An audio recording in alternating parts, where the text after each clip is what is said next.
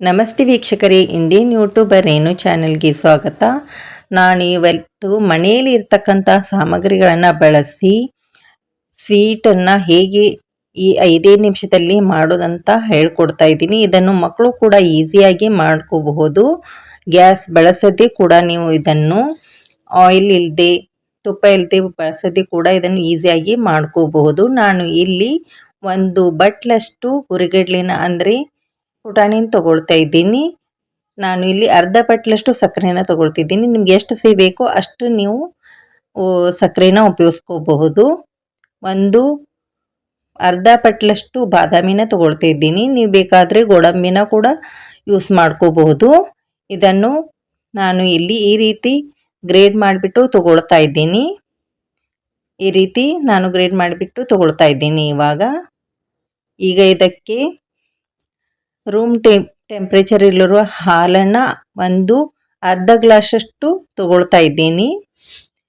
ಕಾಯಿಸ್ಬಿಟ್ಟು ಆರಿರಬೇಕು, ಆ ರೀತಿ ಇರ್ತಕ್ಕಂಥ ಹಾಲನ್ನು ತಗೊಳ್ತಾ ಇದ್ದೀನಿ. 2 ದೊಡ್ಡ ಸ್ಪೂನಷ್ಟು ಮಿಲ್ಕ್ ಪೌಡ್ರನ್ನ ಹಾಕ್ಕೊಳ್ತಾ ಇದ್ದೀನಿ. ನೀವು ಬೇಕಾದರೆ ಹಾಕೋಬೋದು, ಇಲ್ಲಾದರೆ ಸ್ಕಿಪ್ ಮಾಡ್ಕೋಬೋದು. ಹಾಕೋದ್ರಿಂದ ಬೇಕ್ರಿ ಥರ ಸ್ವೀಟನ್ನು ನೀವು ಮಾಡ್ಕೋಬೋದು, ಆ ರೀತಿ ಟೇಸ್ಟ್ ಬರುತ್ತೆ ಇದನ್ನು ಹಾಕೋದ್ರಿಂದ. ನಾನು ಇಲ್ಲಿ 2 ಸ್ಪೂನಷ್ಟು ಮಿಲ್ಕ್ ಪೌಡ್ರನ್ನ ತಗೊಳ್ತಾ ಇದ್ದೀನಿ. ಈಗ ಒಂದು ಮಿಕ್ಸಿ ಜಾರಿಗೆ ಹುರಿಗಡ್ಲೆನ ಹಾಕ್ಕೊಳ್ತಾ ಇದ್ದೀನಿ. ಇದನ್ನು ಹಾಕಿಬಿಟ್ಟು ನೈಸಾಗಿ ಪೌಡ್ರನ್ನ ಮಾಡ್ಕೋಬೇಕು. ಈಗ ಇದಕ್ಕೆ ಸಕ್ಕರೆನ ಹಾಕ್ಕೊಳ್ತಾ ಇದ್ದೀನಿ. ಈಗ ಇದಕ್ಕೆ 2 ಏಲಕ್ಕಿನ ಬಿಡಿಸ್ಬಿಟ್ಟು ಹಾಕ್ಕೊಳ್ತಾ ಇದ್ದೀನಿ. ಈಗ ಇದನ್ನು ನೈಸಾಗಿ ಪೌಡ್ರ್ ಮಾಡ್ಕೋಬೇಕು. ತರಿಯಾಗಿರಬಾರ್ದು, ತುಂಬಾ ನೈಸಾಗಿ ಪೌಡ್ರನ್ನ ಮಾಡ್ಕೋಬೇಕು. ಈಗ ಇದನ್ನು ಒಂದು ಜರಡಿ ಸಹಾಯದಿಂದ ಈ ರೀತಿ ಸಾಣಿಸ್ಕೊಳ್ಬೇಕು.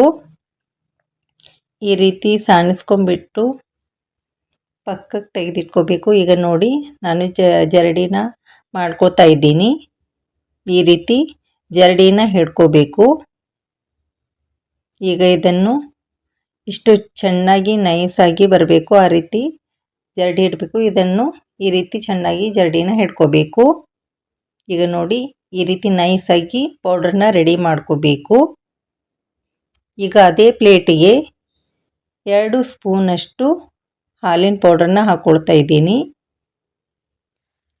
ಈಗ ಇದನ್ನು ಚೆನ್ನಾಗಿ ಮಿಕ್ಸ್ ಮಾಡ್ಕೋಬೇಕು. ಚೆನ್ನಾಗಿ ಮಿಕ್ಸ್ ಮಾಡ್ಕೊಳ್ಳೋದ್ರಿಂದ ಎಲ್ಲವೂ ಚೆನ್ನಾಗಿ ಮಿಕ್ಸ್ ಮಾಡ್ಕೊಂಡ್ರೆ ಸ್ವೀಟ್ ಚೆನ್ನಾಗಿ ರೆಡಿ ಆಗುತ್ತೆ. ಈಗ ಇದಕ್ಕೆ ಸ್ವಲ್ಪ ಸ್ವಲ್ಪ ಹಾಲನ್ನು ಹಾಕ್ಕೊಳ್ತಾ ಒಂದು ಹಿಟ್ಟನ್ನು ರೆಡಿ ಮಾಡ್ಕೋಬೇಕು. ಚಪಾತಿ ಹಿಟ್ಟಿನ ಅದಕ್ಕೆ ಸಾಫ್ಟ್ ಆದಂಥ ಹಿಟ್ಟನ್ನು ರೆಡಿ ಮಾಡ್ಕೋಬೇಕು. ಸ್ವಲ್ಪ ಸ್ವಲ್ಪನೇ ಹಾಕ್ತಾ ಚೆನ್ನಾಗಿ ಮಿಕ್ಸ್ ಮಾಡ್ಕೋಬೇಕು.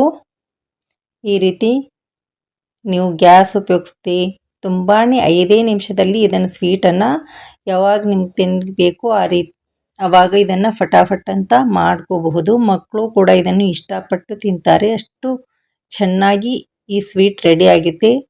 ತುಂಬಾ ಟೇಸ್ಟಿಯಾಗಿರುತ್ತೆ. ಒಮ್ಮೆ ಟ್ರೈ ಮಾಡಿ ನೋಡಿ, ಅಷ್ಟು ಟೇಸ್ಟಿಯಾಗಿರುತ್ತೆ ಈ ಸ್ವೀಟ್.